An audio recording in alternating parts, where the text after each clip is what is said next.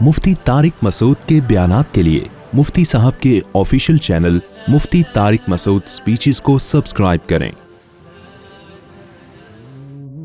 آپ کو پتہ ہے پچھلے رکوع میں اللہ نے قیامت کی ہولناکیوں کا تذکرہ کیا تھا، اور پھر اللہ تعالیٰ نے یہ بتایا کہ مجرمین کا اعمال نامہ ان کے سامنے رکھا جائے گا اور ان کی چیخیں نکل جائیں گی، اور وہ یہ کہیں گے کہ یہ کیسا اعمال نامہ ہے جس نے ہماری زندگی کا کوئی مخفی پہلو چھوڑا ہی نہیں ہے، کیا صغیرہ کیا کبیرہ، ہر عمل اس نے ہمارے سامنے لا کے رکھ دیا ہے۔ تو یہ جو مجرمین جہنم میں جائیں گے، اس کا ایک بہت بڑا سبب ہے شیطان جو گمراہ کرتا ہے۔ تو اللہ تعالیٰ بتاتے ہیں اس رکوع میں کہ یہ جو ہم نے آخرت میں ان کو جہنم میں ڈالا ہے نا، اس کی بڑی وجہ یہ ہے کہ انہوں نے رحمان سے دوستی لگانے کے بجائے شیطان سے دوستی لگائی تھی، وہ شیطان جو ان کا ازلی دشمن ہے، جنہوں نے ان کے باپ آدم کو سجدہ کرنے سے انکار کر دیا۔ تو اللہ کہتے ہیں جس نے سجدہ کرنے سے انکار کر دیا، تم اس کو اور اس کی آل اولاد کو اپنا دوست کیسے بنا لیتے ہو؟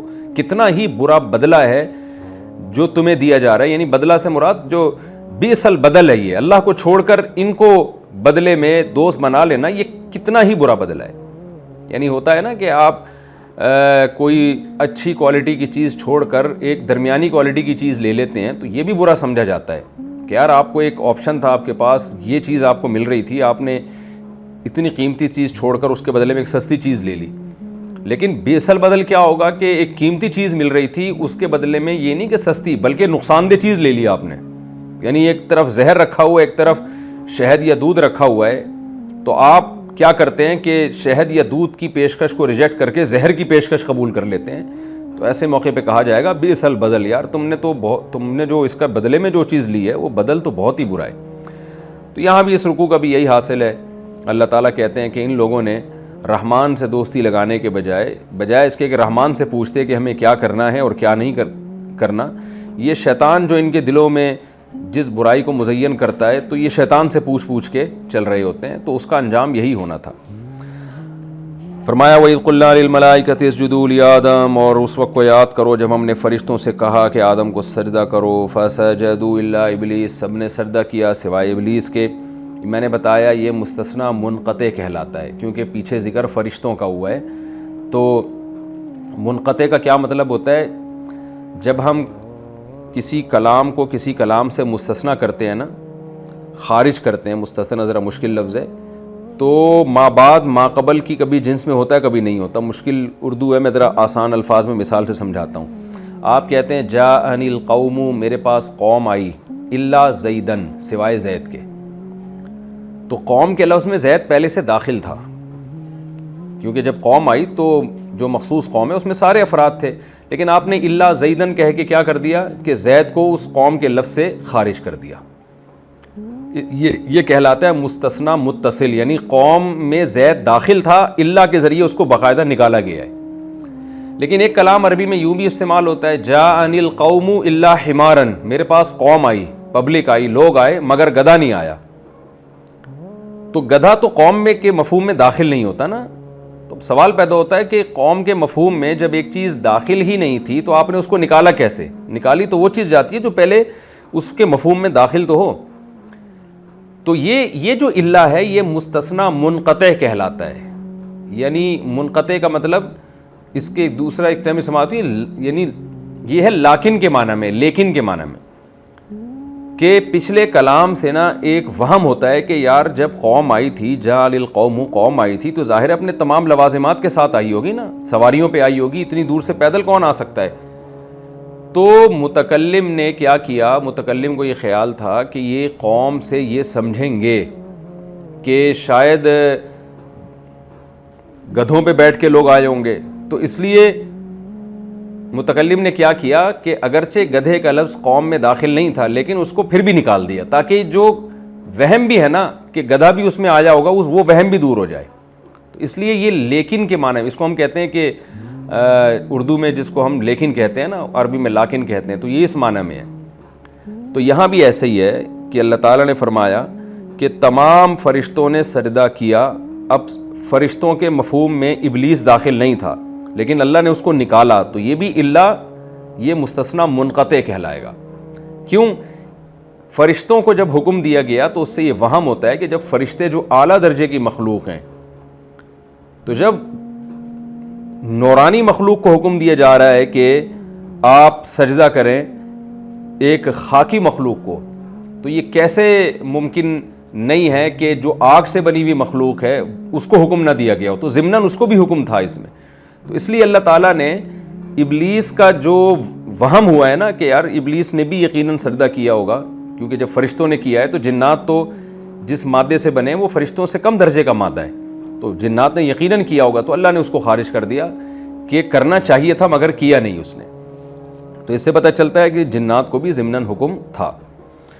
فَسَجَدُوا إِلَّا إِبْلِيسَ، سب نے سجدہ کیا مگر شیطان نے. کَانَ مِنَ الْجِنِّ، تھا وہ جنات میں سے. فَفَسَقَ عَنْ أَمْرِ رَبِّهِ، تو اس نے عدول کیا اپنے رب کے حکم سے، اپنے رب کے حکم کی نافرمانی کی. اللہ تعالیٰ فرماتے ہیں أَفَتَتَّخِذُونَهُ وَذُرِّيَّتَهُ، دو خرابیاں ہیں شیطان میں. ایک خرابی کیا ہے؟ خدا کا باغی اور نافرمان. دوسری بات یہ کہ نافرمانی بھی اس نے تمہیں پروٹوکول دینے میں کی ہے. یعنی ایک نافرمانی تو یہ ہوتی ہے نا کہ اس کا اور اللہ کا معاملہ تھا بس، ہمیں تو پھر بھی چاہیے کہ ہم اللہ کے دشمن سے دشمنی رکھیں، لیکن وہ نافرمانی بھی تمہارے بغض میں اس نے کی ہے، کہ تمہارے حسد میں کی اللہ کی نافرمانی، تو یہ اللہ کا بھی دشمن ہوا، تمہارا بھی دشمن ہوا. تو اس لیے اللہ تعالیٰ فرماتے ہیں آفَتَتَّخِذُونَهُ، ایسے ابلیس کو تم اور وَذُرِّيَّتَهُ، اور اس کی اولاد کو تم اولیاء بناتے ہو، دوست بناتے ہو، من دونی، مجھے چھوڑ کر، وَهُمْ لَكُمْ عَدُوٌّ، جبکہ وہ تمہارا بھی دشمن ہے. صرف میرا دشمن نہیں ہے بلکہ میرا دشمن تو وہ بنا ہی تمہاری دشمنی میں ہے. تو ایسے یعنی اس سے بڑا بدبخت دوست تو دنیا میں کسی کا ہو نہیں سکتا، جو اتنا بڑا دشمن ہو کہ آپ کی دشمنی میں خدا کی بغاوت پہ اتر آئے، یعنی اس کو آپ سے اتنے حسد ہو، اتنا آپ سے وہ نالا ہو، تو اس کی دشمنی کا آپ اندازہ لگاؤ کیا دشمنی ہوگی اس کی. اللہ فرماتے ہیں آفَتَتَّخِذُونَهُ، ایسے کو تم اپنا دوست بناتے ہو، وَهُمْ لَكُمْ عَدُوٌّ، جبکہ یہ شیاطین تمہارے دشمن ہیں.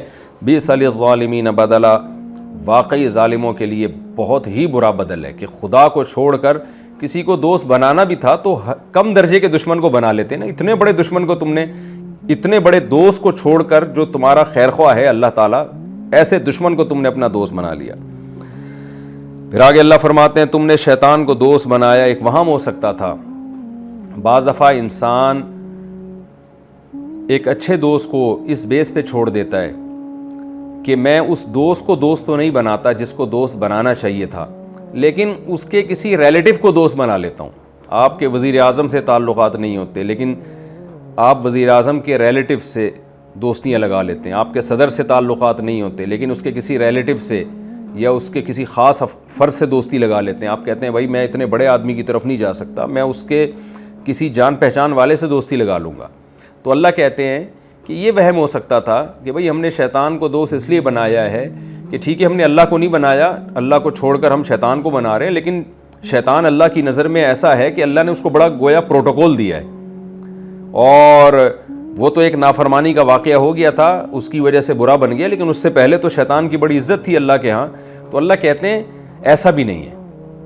یعنی عزت کا مطلب عبادت کی وجہ سے عزت ہونا تو ایک الگ بات ہے، لیکن ایسا کوئی اس کا میرے دربار میں پروٹوکول نہیں تھا کہ زمین اور آسمان کی تخلیق کے وقت میں نے شیاطین سے مشورے لیے ہوں، ان کو اپنا وزیر بنایا ہو، مددگار بنایا ہو کہ چلو بادشاہ سے تم دوستی نہیں لگاتے تو بادشاہ کے وزراء سے لگا لیتے ہو. تو ایسا بھی نہیں ہے. میری جتنی مخلوق ہے، نہ میں نے کائنات کو بنانے میں ان سے مشورہ لیا اور خود ان کو بھی بنانے میں نے ان سے مشورہ نہیں لیا ہے.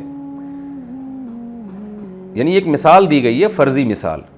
اصولی طور پر تو جب کسی کو بنایا جاتا ہے تو اس سے مشورہ تھوڑی لیا جاتا ہے کیونکہ وہ تو پیدا ہی نہیں ہوا نا، لیکن سمجھانے کے لیے کہ خود ان کو بھی ان کی مرضی کے بغیر پیدا کیا گیا ہے. مجھے اور آپ کو ہماری مرضی سے تھوڑی اللہ نے پیدا کیا ہے. یعنی جب اللہ ہمیں پیدا کرنے میں ہم سے مشورہ نہیں لے رہا، جو سب سے اہم واقعہ ہے، تو اس کائنات کو پیدا کرنے میں اللہ ان سے مشورے کیوں لے گا اور ان کو اپنا شریک کیوں بنائے گا؟ تو اللہ کہتے ہیں میں متفرد ہوں اپنے فیصلوں میں اور میرا کوئی شریک نہیں ہے، میرا کوئی وزیر نہیں ہے. تو معبود سمجھ کے، بادشاہ سمجھ کے کسی کو دوست بنانے کا حق اگر ہے تو وہ حقدار صرف اور صرف میں ہی ہوں، میرے علاوہ کوئی بھی نہیں ہے. تو یعنی یہ جو آیت ہے نا اس کا حاصل یہ جیسے قرآن میں آتا ہے نا یا ایھا الناس انتم الفقراء الی اللہ، اے لوگو تم تمام کے تمام اللہ کے در کے فقیر ہو، محتاج ہو، محتاجی میں سب برابر ہے۔ تو اگر کسی سے دوستی لگائی جائے گی تو اس بیس پہ تو لگائی جائے گی کہ یہ اللہ کا محبوب ہے، اس بیس پہ نہیں لگائی جائے گی کہ اس کا اللہ کے ہاں اس لحاظ سے پروٹوکول ہے جیسے بادشاہوں کے ہاں وزیروں کا اور بڑے بڑے منصب والوں کا پروٹوکول ہوتا ہے۔ ایسا نہیں ہے۔ دنیا میں ایک بادشاہ ہوتا ہے، اس کے نیچے کچھ گریڈ ہوتے ہیں، پھر اس کے نیچے کچھ گریڈ ہوتے ہیں، پھر اس کے نیچے کچھ گریڈ ہوتے ہیں اختیارات کی تقسیم کے لحاظ سے۔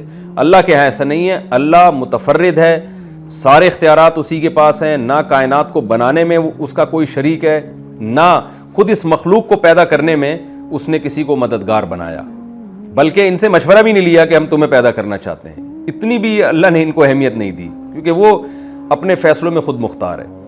تو اس لیے اس کو چھوڑ کر کسی کو ایسا دوست بنا لینا کہ اس کے مقابلے میں اس کی اطاعت شروع کر دینا، یہ پرلے درجے کی حماقت اور بے وقوفی ہے۔ تو اللہ تعالیٰ فرماتے ہیں ما اشہدتہم خلق السماوات والارض، میں نے ان شیاطین کو آسمانوں اور زمین کی پیدائش میں گواہ بھی نہیں بنایا۔ گواہ بنانے کا مطلب یہ ہے کہ ان کو حاضر نہیں کیا۔ گواہ جب ہم بناتے ہیں نا تو یہاں وہ گواہی مراد نہیں ہے کہ کسی کو گواہ بنانا کہ بھئی میں دیکھو تم گواہ رہنا میں یہ بنا رہا ہوں، یہاں مطلب ان کو حاضر کرنا۔ اور حاضر کیوں کیا جاتا ہے؟ مشورے لینے کے لیے۔ تو اللہ کہتے ہیں میں نے جب کائنات کو بنانے کا ارادہ کیا تو ان کو میں نے بلایا تک نہیں، یعنی ان سے میں نے مشورے نہیں لیے، میں متفرد ہوں، جو چاہتا ہوں کر گزرتا ہوں۔ ولا خلق انفسہم، اور خود ان کی ذات کو بنانے کے لیے بھی میں نے ان سے مشورہ نہیں لیا، ان کو حاضر نہیں کیا کہ میں نے ان سے پوچھا ہو کہ تم پیدا ہونا چاہتے ہو کہ نہیں چاہتے۔ تو جب خود ان کو ان کے مشورے کے بغیر پیدا کیا گیا ہے تو کائنات کو کیسے ان کے مشورے سے پیدا کیا جائے گا؟ تو اس آیت کا حاصل یہی کہ سارے ایک جیسے فقیر ہیں میرے در میں، محتاج ہیں، تو محتاجوں کو معبود نہیں بنایا جاتا، ان کو خدا کے مقابلے میں دوست نہیں بنایا جاتا۔ اور آگے اللہ فرماتے ہیں وما کنتم متخذ المضلین عضدا، اور میں ویسے بھی گمراہ کرنے والوں کو اپنا بازو کیسے بنا سکتا ہوں؟ یعنی ایک تو میں ویسی مخلوق کو، چاہے وہ پیغمبر ہی کیوں نہ ہوں، چاہے وہ فرشتے ہی کیوں نہ ہوں، ان کو بھی میں اپنی ملکیت میں شریک نہیں کرتا۔ تو جب ان کو نہیں کرتا، ان سے میں نے کائنات بنانے میں مدد نہیں لی، تو میں گمراہ کرنے والے شیاطین جو میرے دشمن ہیں ان سے میں کیسے مدد لے سکتا ہوں؟ اصل میں مشرکین کا عقیدہ تھا نا، آج بھی دنیا میں بہت سے لوگ ہیں جو کہتے ہیں شیاطین اس دنیا میں تصرفات کرتے ہیں اور جنات اس دنیا میں تصرفات کرتے ہیں، ورنہ شیاطین کے دوست بنانے والے تو آج بھی بہت ہیں۔ جو شخص بھی گناہ کر رہا ہے حقیقت میں وہ شیطان ہی کو دوست بنا کے کرتا ہے۔ وَيَوْمَ يَقُولُ نَادُوا شُرَكَائِيَ الَّذِينَ زَعَمْتُمْ، اللہ فرماتے ہیں اور اس دن کو یاد کرو جس دن اللہ کہے گا نادو شرکائی، میرے شرکا کو آج تم بلاؤ، جن کو تم سمجھتے تھے کہ یہ بہت طاقتور ہیں، پاورفل ہیں، ان کے پاس اختیارات ہیں، جن کے بارے میں تمہارا خیال تھا، فدعوہم، یہ لوگ ان کو بلائیں گے، فلم یستجیبوا لہم، تو ان کے شرکا کی طرف سے ان کو لبیک نہیں کہا جائے گا، ان کی پکار کا جواب نہیں دیا جائے گا۔ پکار کا جواب کا مطلب وہ جواب جو ان کے فائدے کے لیے ہو، کہ وہ ان کی مدد کے لیے آ جائیں۔ وجعلنا بینہم موبقا، اور ہم ان کے درمیان ایک آڑ پیدا کر دیں گے۔ ابتدا میں تو کچھ مکالمہ ہوگا، اس کے بعد اللہ ان کا ان شرکا سے رابطہ بھی منقطع کر دیں گے۔ ورأى المجرمون النار، اور مجرم لوگ آگ دیکھیں گے، فظنوا انہم مواقعها، ان کو یقین ہو جائے گا کہ اب وہ اس آگ میں گرنے والے ہیں۔ ولم یجدوا عنہا مصرفا، اور اس آگ سے بھاگنے کا کوئی راستہ ان کے پاس نہیں ہوگا۔